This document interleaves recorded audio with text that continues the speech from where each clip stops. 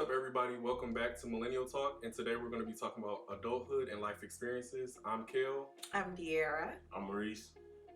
And we're just going to get right into the video. So, describe your teenage life to adulthood. Like, what would you guys say it was like for y'all? Well, I had it easy in teenagehood. Now, adulthood is obviously, harder. But, teenage life for me, I don't know. I was always on my stuff. Like, I graduated high school with my associate's degree. I was in a numerous amount of sports. I danced, did different dances all my life and stuff.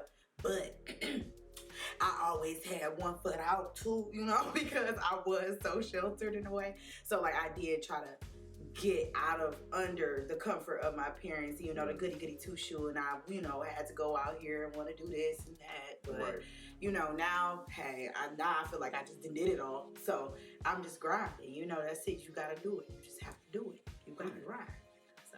What about you, Maurice?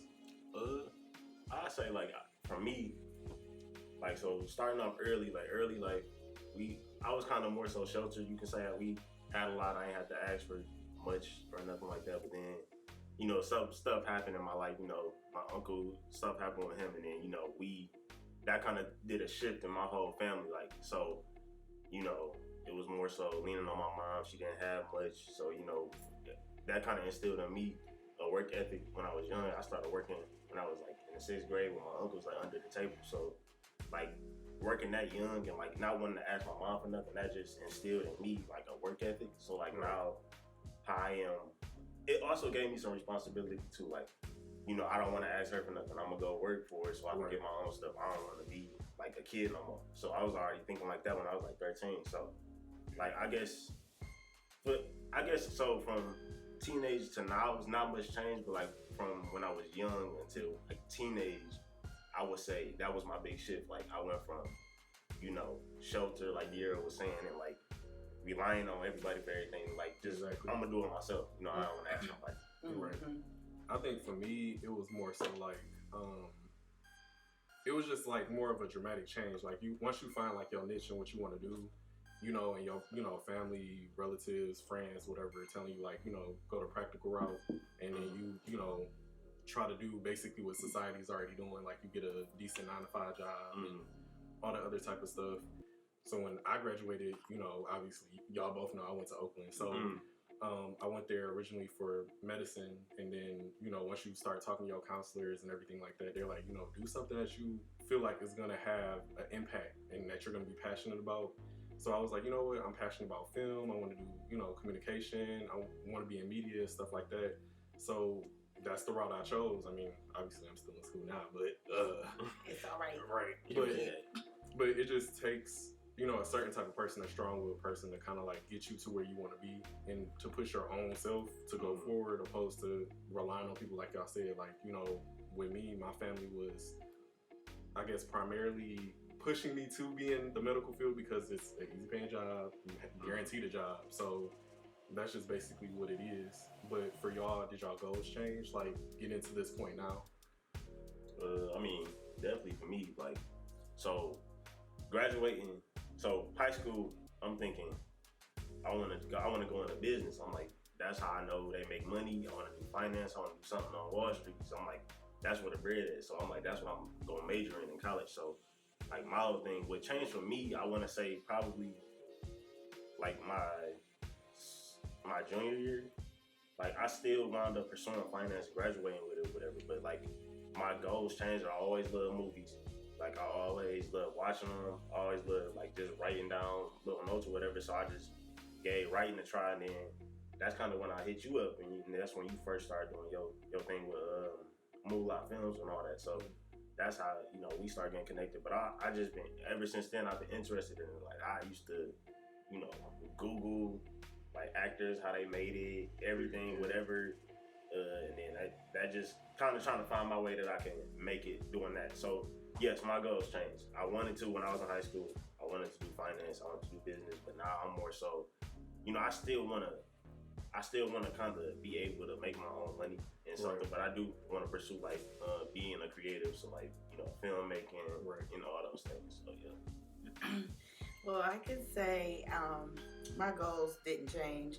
Now I could say the motivation, when it comes to pursuing what I wanted to do for the rest of my life, it definitely did change because I was really into, when I first started really into acting, acting is my passion. Sorry if you guys didn't know. But I was really into acting my entire life. And so when I was younger, I did Barbizon Royal Model Management. And then from there, I ended up going to International Modeling and Talent Agency, which is in Los Angeles. I was there for a week, had 13 callbacks. From there, went to New York. Okay. So it was just, I know. So it was just a lot. But like I said, I graduated high school with my associates. So I had to come back home. And my mama was like, okay, this is a lot. It was a lot of money. You know what I'm saying? It was a lot. And so, and then me still being in school, like that end goal really was where I want to just be honest, like for her was for me to get my associates out of high school. Not to say I don't want it, but my passion is acting. Right. If I could have just stayed doing that younger, I wouldn't have lacked in so much motivation for me to get back moving and grinding, on what with acting like I'm doing now. So now it's just like I'm just a little bit older, just a little bit chunkier. But that's still my passion. I'm going for it, and that's it. That's all. But just to touch on what you said for like a brief second regarding like the whole talent agency situation, I was doing that since I was like a kid too, and I understand like you go through that scam phase where you don't know what's the scam, what's actually gonna get you to the top type situation. I did the whole I think it was like Disney something, like a Disney Scout, where you go to like this big ass hotel room and you walk and then they interview you and then really? Yeah. Oh wow. I did that. I did a few other things with somebody that claimed that they were, a talent agent. And that's how they be, you be having enough. And you waste your money for classes. And I think another one I did was John Casablanca. John Casablanca, yep. Mm-hmm. I heard of them too. I did but classes. Right, but I feel like they were kind of like Barbizon. Like they weren't not legit, you know what I'm saying? Because I still had to pay for Barbizon, but you see where Barbizon let me. But I'm just saying, one source talent, don't do it. Never do it. So, but yeah. No, John Casablanca was expensive. Yeah. So if you do, it's no shade to the business, but it's like if you want to pursue something, I feel like get around people that are creative just like you, and you can kind of create your own thing, to be honest. And there's no shade to no talent agency or nothing like that. But sometimes you do got to make your own seat. Like Tyler Perry said, create your own seat at the table, and then you will get where you need to be. That's facts for sure. But for me, like when it comes to my goals, I think they changed dramatically. I think I paid attention to my love life a little bit when I was a little younger. I would say teenage years, and I'm not gonna say I lost focus, but I feel like I more so paid attention to what I never lost my passion to do whatever I wanted to do. But I feel like, life, personal things, kind of always tug at you to get you, to lose track. But I feel like for the most part, once I got through college and made that decision that I wanted to do what I wanted to do, which is film and communication, I made that ultimate choice. Like, I'm just gonna do it by any means. So I created the stuff that I wanted to do, got around people that were like-minded. Yep. And we here, this is how you seeing us. Yep.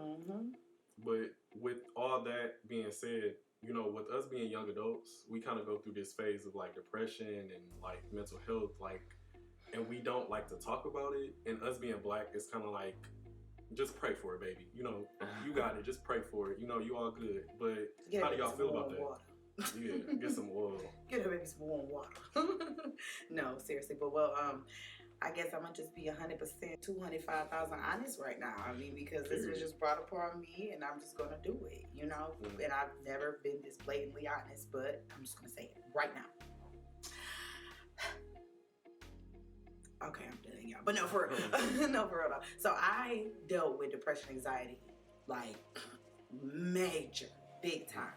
I was actually in a psychiatric hospital for a week or 3 to 5 days. I don't know, it was 3 days or a week or something. I don't know. But, and actually it was so crazy because I was kind of older than all the kids. I was still a child though. So I was just older than all the kids in the psych ward. And so I made such an impact there, and then a lot of the people was like, why are you in here? What the, and it's sad that it's you gotta go in there because you so, you gotta be dramatically you know, Something whatever, wrong. you know what I'm Yeah. saying, for you to go in there or whatever. But I mean, just having talks with real people, and like I said, I made an impact. Like talking to these kids, it just was insane. Like how much they could just use some love and comfort, Right. and that would just help change them tremendously, you know. And not to say I didn't have that, but I just dealt with my own personal issues for a long time. I was raised as the only child, so like people be like, "Oh, you spoiled, you this and that." No, it's so many demons that you gotta face with just being at home by yourself and just Right. looking at them same four walls and don't having somebody, a sister, a brother, to mess with you or talk to you. You know what I'm saying? And then to have so many people that come in and out of your life that are fake, like people who you literally friends who I call family. You know what I mean? Like it was a lot. You know, in my first year of college, I literally almost. Like they Oakland, thank y'all, because you know I know y'all was about sick of me, but you know it's just a lot when once you and like I'm a Cancer, you know, so they say cancers are emotional. We are, but me personally, I don't like to talk about stuff. I don't like if you want to bring my mom bring up something or my best friend bring up something that hurts me. I'm like, okay, I don't want to talk about it. I don't want to talk about it. You know what I'm saying? You want to push it off until I push it off. I keep Right. pushing off. But when I'm at home, I'm crying, I'm hurting, or I'm trying to get out the house because I don't want to be here or because I'm going to be thinking about this and that. You know what I'm saying? Like, it's a real thing. And so, like, all I have to say, this is the last thing, I'm wrapping it up. No, you I just good. want to I'm growing and I'm still always willing to learn. And Right. it's like, I'm really trying to learn to let it out before it get to that point where it's all built up now, and then it's a big old bomb and everybody be like, whoa, what's going on? Yeah. What's wrong? You know, all that depression and anxiety just mix all up. But yeah, so that's it. Yeah, I mean, I guess I'm gonna touch on what Dierra was saying too. Like, so for me being like a black male or whatever, I know, like, for our homes and our family life, like Beyonce was saying, like, it ain't no, you know, tell me your feelings or whatever. Like, and I grew up with my mom and my grandma, so it's like it wasn't never that just wasn't our household. Like, maybe that's why we grow up how we grow up, because like we just don't talk about our feelings like while we're young. So then, you know, we get older, we just like, I'm just holding it. I'm gonna hold it in basically. So I mean, I'm like that. Like to this day, I don't express my emotions. Like that's just not me. To me it feel weak. Now, I mean, I know that's not the case necessarily, but just to me, Right. that's just how I grew up though. Like I ain't grew up around no, you know, all my male role models was just like, you know, they ain't trying to hear that. They out doing what they doing, you know. Right. And then, like, so, I mean, yeah, that's basically it for me. Like, growing up in my household, it just wasn't no express your feelings or nothing like that. Like even, and I just had a brief stint down with my dad, and it was like a whole different thing. So it's like, oh yeah, tell us how you feeling every day. I'm like, man, y'all acting weird. Like they like, yeah, how your day? How was your day? I'm like, I don't know. It was just weird for me because I ain't never grew up talking about that type of stuff. So like, just being in those two different settings was, you know, I could see the difference. Right. But yeah, I mean, I'm kind of already stuck in my ways now. So Nah, you ain't stuck in your ways. We gotta break that. Yeah. Because you should be able to talk. Yeah. It just gonna take some time because, like you said, that's kind of Or like your want normal. to. You know what I'm saying? That's what you used to. Look at me talking. But I mean, it's the same way for me. Like I was raised, you know, boys don't cry. You know, you gotta be tough and stuff like that. And it took my friends to break that out of me. Like seriously, to be emotional and to be like, if something's wrong, you know, tell us what's wrong so we can, you know, help you through it or whatever. You're not weak for explaining your emotions and stuff like that. I'm still working on it because I feel like I can deal with things on my own. And the thing about that is, it's like when you have a lot of people around you, you gotta trust in that, and it's hard to do because it's like, dang, like I know my issues, I know what it takes to get me to point A to point B, and now I gotta, you know, confide in somebody to, you know, get where I need to be. But I feel like for the most part, it is more, I'm not gonna say it's more so in the black community, but it's more so something that we deal with a lot. No, say it, black community, because that's the truth. For real. It is. I mean, we can only speak from our experiences, though. Right, exactly. You're right. But But us being young, you know, already, like, we're go-getters. We trying to, you know, be out here doing the stuff that we want to do. People getting degrees and stuff like that they're not getting jobs, you know, with. And it turns out that that's not even really what you wanted to do. Mm-hmm. Like, you start thinking about that stuff at a young age. Like, I'm about to be 25 next year, and it's like, well, I can be glad and say that I accomplished a lot of stuff. Like, I started a business. I'm around people that are creative just like me. Like, they inspire me every day. Just like, you know, I'm pretty sure I inspire other people too.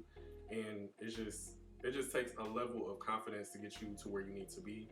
And that just leads me to the, like, how important, if you had to take a moment, like, I'm not even gonna say a specific moment, but if you could talk to the teenage version, the 16-year-old version of you, what would you tell them? Listen to your mama, dummy. Seriously, no, not dummy, but for real, you know, like, I definitely would say to myself, like, just listen to her. I understand what you want. I understand what you want to do. I understand you bored. I understand you see your friends out there doing this, and you want to be there doing that. But no, you know what I'm saying? Like, I have, like, health issues and stuff now, and I think what I think it is me just starting early. You know what I'm saying? Just out here drinking, turned up, doing this and that, and it's just like, I wouldn't be having these. I feel like having it if I was, you know, would have just listened to my mom. You know, life, I would have had more money saved up. I would have had less cars crashed, you know what I'm saying? Like, if I would have just listened to my mama, you know, less speeding tickets. Well, I got a clean record because I go and fight my stuff, but you know, like, it's just so much that I definitely would tell myself, you know, just let me just tell you this so you can prevent what's about to happen. Okay, so that's it. I guess what I would tell my younger self, like, I kind of withheld some information. So I did think about still doing acting when I was in high school, but I just was like, it's no way. Like, I didn't have no resources for it. So I just kind of pushed it to the back. Like, and I was like, I just get back to it, like, eventually whenever I can. So I'm gonna go to school, you know, make some money, then maybe eventually once I get settled, I can go back. But then, so basically what I would tell my younger self, because I had dreams, I was like, I'm gonna go to Cali, my aunt lived there. I'm gonna live with her for a year. I'm gonna get the in-state tuition or something like that. I'm gonna go to UCLA. I'm like, so that was my whole goal. But I'm like, and I even like, bro, I talked to Mr. Holiday, the counselor. He like, nah. He like, yeah, that just don't seem realistic or whatever. So you know, him telling me that, him telling me that, I'm like, yeah, it's definitely it ain't no way it's gonna happen. So I mean, I guess what I would tell my younger self is just like, believe in yourself. Like, whatever you wanna go forward with. You know, whatever your actual passion, your dream is, just go ahead and, like, chase it. You know, while you're young, you still got the chance. Because I mean, I'm 23 now. I could have been, like, graduated. You know, who knows? You know, so that's what I would tell my younger self. Just, like, believe in yourself and just go for what you actually trying to pursue. Like, no, I gotta piggyback off of that because I feel the same way. Like, when I was 16, I mean, I always, like I said, been in talent agencies and stuff like that. And you get fed this information to be like, you know, you're a handsome guy, you're gonna make these roles, blah, blah, blah. And then in all actuality, you're somebody that's brown skinned just like me, tall just like me, that's, you know, going for the same role. So it's kind of like, well, y'all gassing my head up to, you know, and that's one thing that I feel like I learned with Moolah is that once you get into that industry, it's other people like you, people make choices based off of numerous things. It could be, you know, you got curly hair, the person got, you know, straighter hair than you. Like, you know, and I feel like that real lesson taught me a lot of stuff when it comes to this industry. It's like, it's very, I would say, people pick and choose, and they also kind of go with what's familiar, with what's trending right now, what actress is like trending. Do you need straight hair? Do you need a male that has his haircut? Do you need, so it's one of those things. I think I would tell my 16-year-old self, like, just stay focused. Like, no matter what you want to do, believe in yourself as well, but stay focused too. Because I mean, it's a lot of things that just come in the way of what you truly want to do. And I feel like if you stay focused, you know, you don't have to worry about that, and just be around people that have the same, you know, mindset as you. Because if I could go back in time, man, I wouldn't have went to South Carolina. I'm sorry. I'm sorry. I would have tried to go to a performing arts school or something like that. No, you know, that's facts though. Yeah. I mean, that's just that. Period. On that. Definitely. But if y'all could like mentor somebody, like what would y'all would be like y'all going thing? Like would y'all, you know, take a handful of kids as far as like, you know, creative visions or acting classes for you or production classes for you? Like what do you think you would, you know, do if you had the opportunity? No, sorry, no. No, I was about to say definitely for me. Like, so I'm still fairly like fresh with all this stuff. So like filming, like acting, I haven't really done it like that. Like I feel like I got it in me. I can do it like once I'm called upon or whatever, but I haven't done it yet. So like once I get the experience, know how to do a set, do the lights, do everything, how to film. Once I get that knowledge, I definitely want to like give back to the kids or whatever, and just whoever got that dream, you know, help them do it for free. You know, because I mean, like I just feel like you can have the money and all that, but it's like you not truly successful unless you helping somebody like reach their goal. And then I mean, if I can help kids do it while they're younger, and they don't gotta be like young adults like we are, then I mean, no, that's dope to me. So I definitely plan on doing all that in the future. So definitely. Well, I definitely would want to talk to kids just in general. You know what I'm saying? Like, I really just want to talk to them and just be like, okay, what's going on? You know, what's going on with y'all brain today? Like, what do you want to do? You know, where do you see yourself in 5 years? I really want to talk to kids. I want to give them some testimonies of myself. I want to give them real life stories of what I've been through, to give them an idea as to like, dang, you know, just give them, I don't even know the word that I'm trying to say, just like, I don't know the word. Like how inspire them or you know, inspire, just like give them insight on life. Insight, yes, like something like that. Yes, just let them know, like, you know, you can do this. And I did this. I'm going to tell you what this happened. Yeah. Or you can do this, and 9 times out of 10, this is your outcome. You know what I'm saying? Just to, hey, you don't got to listen. Like I said, you know, I was provided the best advice. See, you know, I was provided the best advice, but all you can do is keep advising. You know what I mean? And, you know, not judging at all. You know, I want to be the mentor. You want to call me? Okay, not you see, I told you what not to do. Now you in this. So what you gonna do to fix it, or what you gonna do not to do it again? You know what I mean? So just that type of vibe. You know, I want to be that real like Auntie TT. Let me give her a call because I don't know what to do. I'm going left or right. You know. So that's it. I think I'll be the same way. Like I want, you know, not only to inspire them like with career, you know, but even personal. Like, you know, we all go through things and we're all relatable to each other because we're human beings. So, you know, emotionally, like us, you know, our upbringing as, you know, black men, you know, basically suppress your feelings and get through life. You know what I'm saying? To like talk to people and be like, you know, young men and, you know, it's girls the same way too. Like, you know, they don't want to talk about their feelings, and I understand why.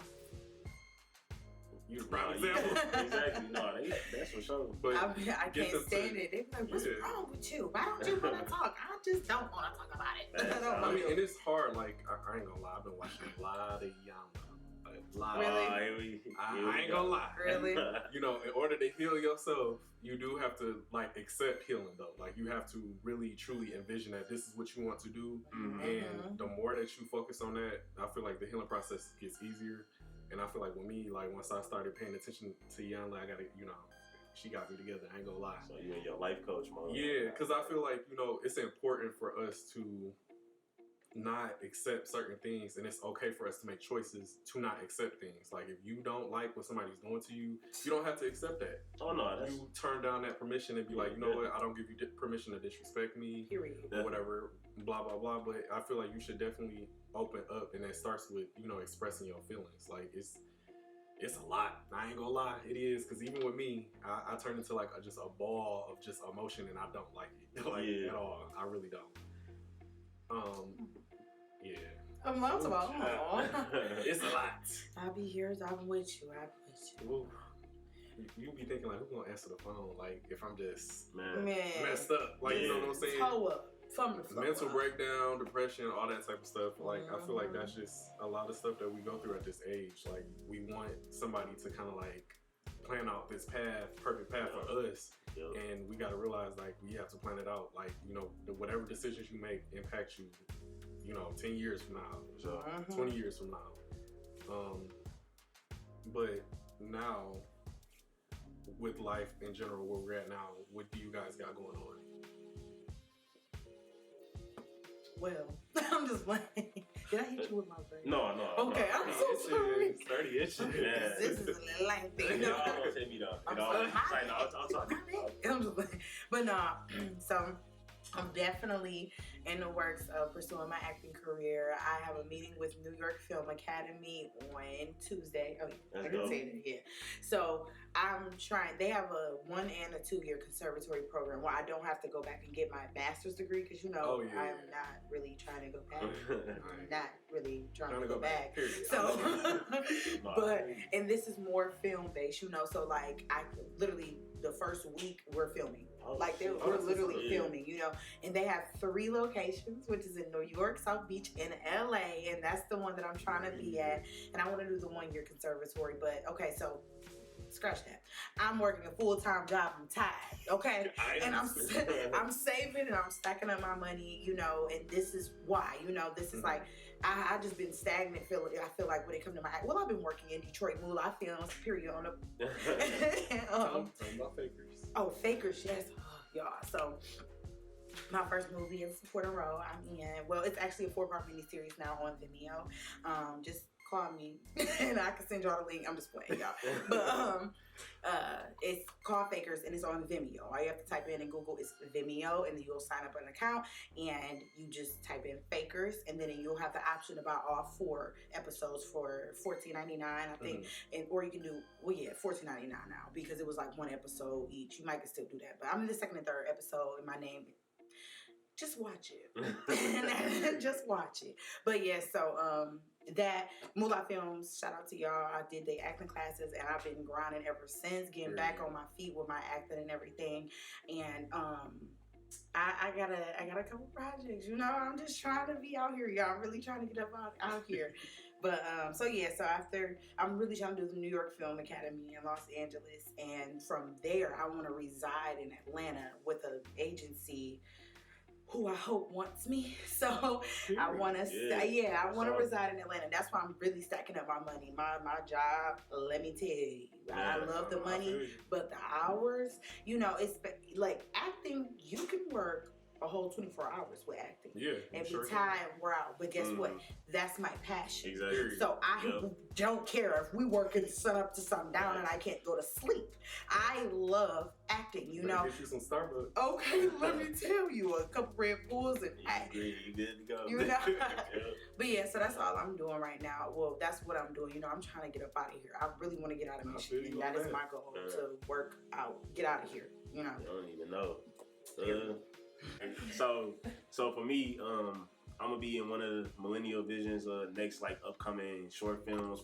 So I'm gonna be in a main character role. So I'm very excited to get in that because I haven't actually been on camera acting nothing like that. So I want everybody to see what I can do. So I can't wait to do that. And then other than that, I got I'm writing myself. So I got a short film that I want to come through for Millennial Vision, and then also some other feature, a feature film I'm working on. So that's what I got going on. So right now, but I want to say in a year and a half, like Dierra was saying, I want to be in Atlanta myself. So that's what I'm working towards right now. So I'm working. I got me a pretty decent job lined up. I'm gonna just stack my money and hopefully be out there in a year and a half, so I can be in Atlanta.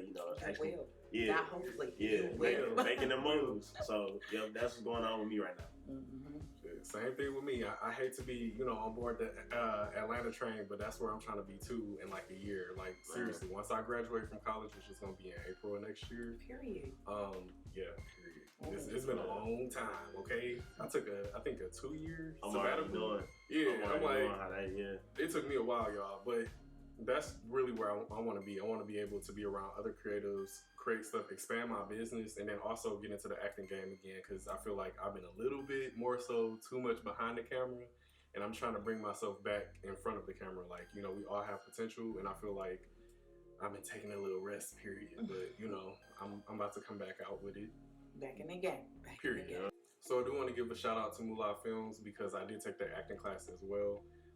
And they did a tremendous amount of work that I do appreciate. But where can everybody find you guys?